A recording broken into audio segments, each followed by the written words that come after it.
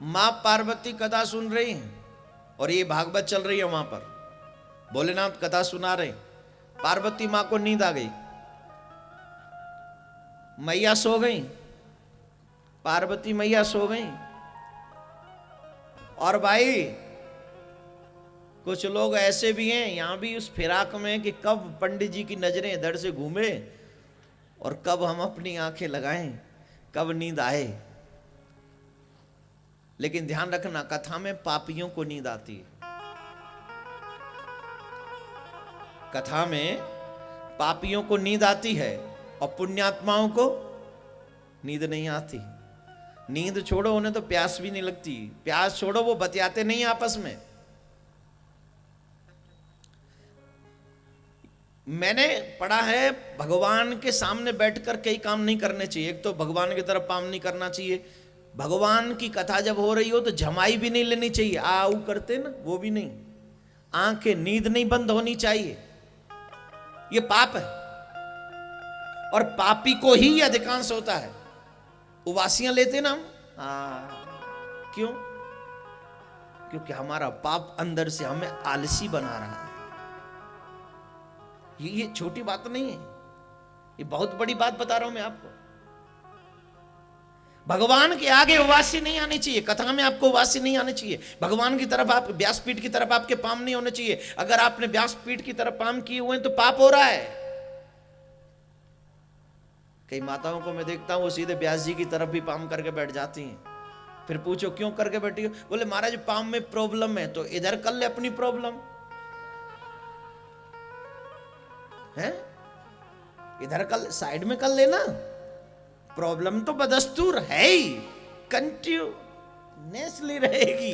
लेकिन कंटिन्यूसली रहनी है तो फिर थोड़ा साइड चेंज कर लो, व्यास जी की तरफ नहीं। मोबाइल ऑन नहीं होना चाहिए, भी पाप है। फोन आना, कथा में हमारा ध्यान भंग होगा।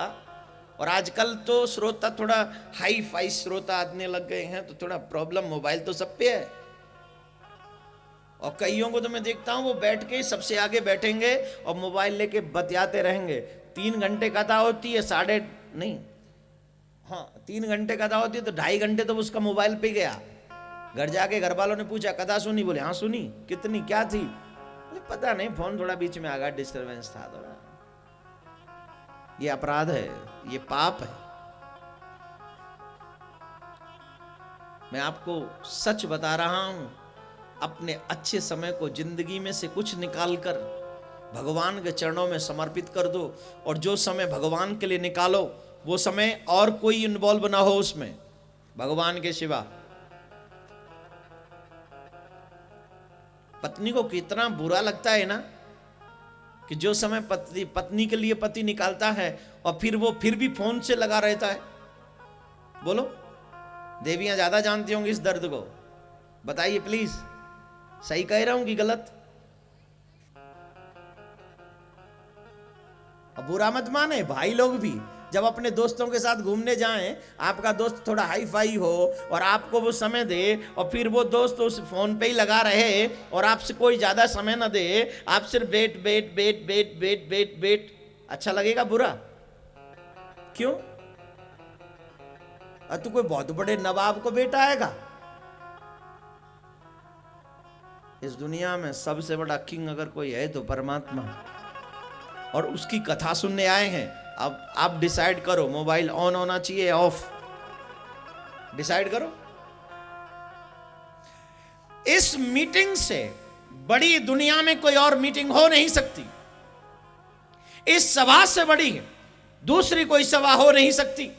और इससे बड़ा कल्याण दुनिया में कोई तेरा दूसरा कर नहीं सकता। तो इसमें भी तेरा मोबाइल ऑन रहे तो तूने अपना ही नुकसान सबसे बड़ा किया।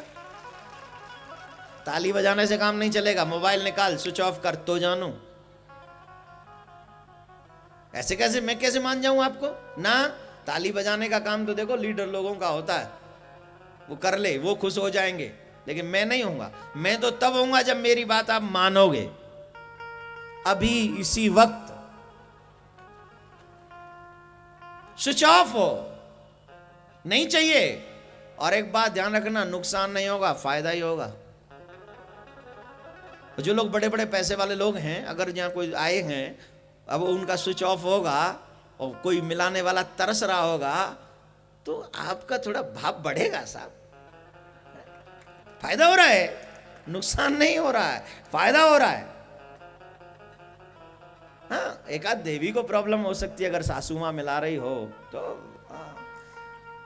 लेकिन उनको आप बोल के ही आई होंगी कथा में जा रहे तो इसलिए कोई परवाह नहीं है। और शायद हो सकता है वो टीवी पे मेरी बात सुन ले, तो प्लीज नंबर डायल मत किया करो। हाँ, नहीं, मैं ये बात दिल से कह रहा हूं, जब भी भगवान की कथा में जाओ तो सिर्फ भगवान के हो जाओ और फिर उसका चमत्कार देखो, फिर उसकी लीला देखो। पार्वती जी सो गई, लेकिन सुख नहीं सोए जो विकलित अंडे के रूप में वहां बैठे हुए थे। जब दीवानों को कहीं पता चलता है ना कथा हो रही है, तो वो दूरियां नहीं नापते हैं, वो वहां पहुंच जाते हैं। और पापी लोगों को तो कार्ड भी दे के आ जाओ ना, कार्ड, निमंत्रण पत्र, इनविटेशन कार्ड, पापियों को दे के आ जाओ तो वो क्या कहते पता है? हाँ, एक दिन आएंगे। मत आइयो पापी, एक उदना मत आइयो, वरना कथावाचक के ऊपर भी तेरे पाप का असर पड़ेगा, श्रोताओं के ऊपर तेरे पाप का असर पड़ेगा। भाई वहीं बैठा रहे घर में। कौन से कार्ड छपते थे पहले कथा होने के लिए? जब जब लोगों को पता चलता था, 50-50 कोस दूर से लोग पैदल आते थे कथा सुनने के लिए। आजकल तो भगवान ने तुम्हें गाड़ियां दी हैं, वाहन दिए हैं, हर चीज दी है, और फिर भी ये पाम पंडाल की तरफ कम, थिएटर की तरफ ज्यादा जाते हैं। ये दुर्भाग्य नहीं तो क्या है? इसमें अपनी बड़कपन मत समझना, इसमें अपने पाप का बड़कपन समझना। जिन लोगों का मन कथा पंडाल में जाने की तरफ न करे, जिनका मन भगवान के दर्शन करने को न करे, जिनका मन भगवान के तीर्थ में जाने को न करे, वो पुण्यात्मा नहीं है, पापी है। आजकल लोग तीर्थों में भी जाते तो कहते हैं यहां सबसे अच्छा होटल कौन सा है? होटल तेरे शहर में पुणे में कम थे जो यहां भी तू होटल ढूंढ रहा है। अरे अगर तीर्थ में जाओ तो ऐसी जगह रुको जहां संतों का दर्शन हो सके, ऐसी जगह ठहरो जहां भगवान के गीत सुनने को मिल सके, तभी तीर्थ का प्रयोग है। वरना तू पिकनिक मनाने गया और पिकनिक का फल भगवान धर्म में नहीं देगा। तीर्थ में जाने का मतलब है अपने आप को तपाना, अपने आप को भगवान के चरणों में समर्पित कर देना। और वहां भी जाकर हम ढूंढते हैं होटल कहां है? Hotel, what is the hotel? Hotel, this is not good thing, this is bad thing. तीर्थ में अगर जाओ तो ऐसी जगह चुनो जहां भगवान का दर्शन हो सके, जहां भगवान के गीत सुनने को मिल सके, जहां किसी संत का दर्शन हो सके। ऐसी जगह जाकर ठहरने की कोशिश करो, तब तुम्हारा तीर्थ सफल है। अब यहां आए हो, यहां आपके लिए सोफे बिछाए गए, यहां आपके लिए गद्दे डाले गए, लेकिन फिर भी आपको आनंद आ रहा है कि नहीं? सच्ची बताओ, ये किस में आनंद आ रहा है? ये भगवान की कथा में आनंद आ रहा है। हमारे पुण्य हमारे साथ जुड़े हुए हैं और पुण्यों में बढ़ोतरी हो रही है। इतनी बढ़ोतरी हो रही है, इतनी बढ़ोतरी हो रही है कि हमारे घरों के आलीशान सुख भी इसके आगे छोटे पड़ गए। क्यों? क्योंकि भगवान का नाम ही ऐसा है, राधे राधे बोलना पड़ेगा। पार्वती जी सो गई, सुख जग के पूरा कथा सुना। चोरी से कथा नहीं सुननी चाहिए। ये गोवा वाले, पुणे वाले सुन लो, ये जितने पुणे में बैठ के अभी भी आस्था देख रहे हैं ना, वो पाप कर रहे हैं। हाँ सही है, चोरी से कथा नहीं सुननी चाहिए। भगवान की भागवतियां हो रही और आप घर में बैठ के सुन रहे हो, ये भागवत का अपमान है। अगर तुम्हें इतना ही प्यार है तो तुम्हें यहाँ पहुंचना चाहिए, तुम्हें यहाँ बैठना चाहिए और बैठकर अपने आप को समर्पित करना चाहिए। इस बात की परवाह मत करो कि तुम्हारा काम कौन संभालेगा। अरे जिसकी कथा सुनने तू आ रहा है उसका तेरा काम वो संभालेगा। उस पर विश्वास नहीं है, और नहीं है तो फिर टीवी ऑफ कर, फिर क्यों सुन रहा है भाई? अगर विश्वास ही नहीं तो फिर तो कुछ फल मिलना ही नहीं, और अगर विश्वास है तो फिर चिंता किस बात की है? तुझे जितना मिलना है, अगर तू भगवान पे यकीन करेगा तो पॉसिबिलिटी है कि उससे ज्यादा मिले तुझे। कई गुना ज्यादा। एक माँ साधुओं के संग में बहुत सत्संग करती थी, बहुत सत्संग करती थी। गरीब था, गरीब माँ थी, उसके पति थे नहीं, उसका एक पुत्र था छोटा सा। उसको पालती कैसे थी कि दूसरों के घरों में बर्तन साफ कर करके जो पैसा मिलता उससे वो अपने बेटे को भोजन कराती थी, लेकिन सत्संग नहीं छोड़ती थी, कब भी नहीं।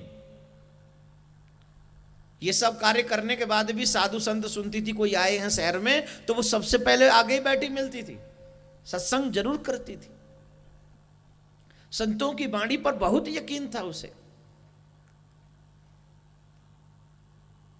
बेटा थोड़ा और बड़ा हो गया तो बेटे ने कहा मां अब आप बैठो, अब मैं कमाऊंगा। तो वो बेटा कैसे कमाता है?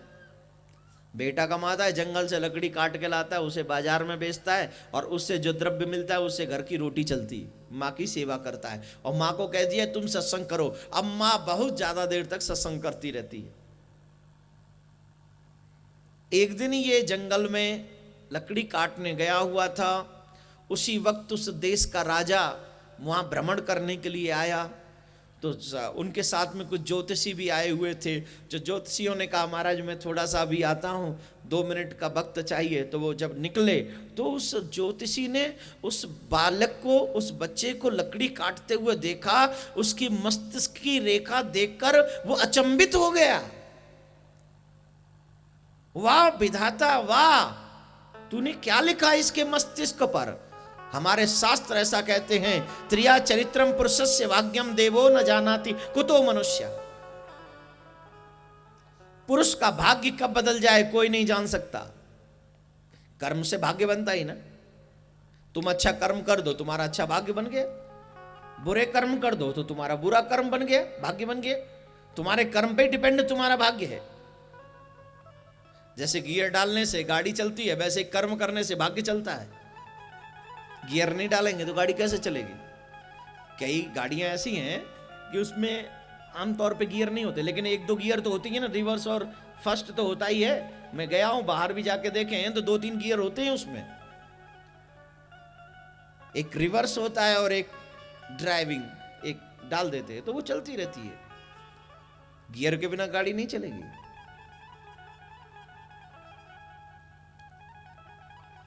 तो कर्म के बिना भाग्य नहीं बनेगा। ज्योतिषी देखते रह गए कि इसकी भाग्य की रेखा कह क्या रही है। 3 दिन बाद ये राजा बन जाएगा, इसका भाग्य कह रहा है, इसकी रेखा कह रही। कौन?